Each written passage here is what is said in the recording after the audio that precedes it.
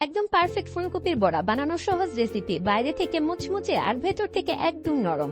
চলুন শুরু করা যাক এই মজাদার রেসিপিটি। নিয়ে নিব একটি ফুলকপি। ফুলকপিগুলোকে যেভাবে ছোট ছোট পিস করে নিব। ফুলকপিগুলো সিদ্ধ করার জন্য প্যান বসিয়ে দিয়েছি এর মধ্যে সামান্য একটু লবণ। এগুলো এখন সিদ্ধ করে নিব। ব্যাটারটি এখন রেডি করে নিব। নিয়ে নিচ্ছে 1 কাপ পরিমাণ বেসন, 1 চা চামচ পরিমাণ, হাফ চা চামচ পরিমাণ ময়দা, 1 টেবিল চামচ পরিমাণ লবণ, হলুদ, মরিচ, ধনিয়া গুঁড়া, দিয়ে দিচ্ছি আদা রসুন বাটা, দিয়ে দিচ্ছি সামান্য পরিমাণ মৌরি, দিয়ে এইটিকে ভালোভাবে মিক্সড করে নিব। মিক্সড করা হয়ে গেলে এখন দিয়ে দিব ধনিয়া পাতা। ধনিয়া পাতাটা দিয়ে এবার ভালোভাবে মিক্সড করে নিব। ব্যাটারটা তৈরি হয়ে গেছে। চলুন এবার চলে যাওয়া যাক চুলাতে। তেল গরম হয়ে গেলে এবার দিয়ে দিব সেই ব্যাটারে মাখানো ফুলকপিগুলো।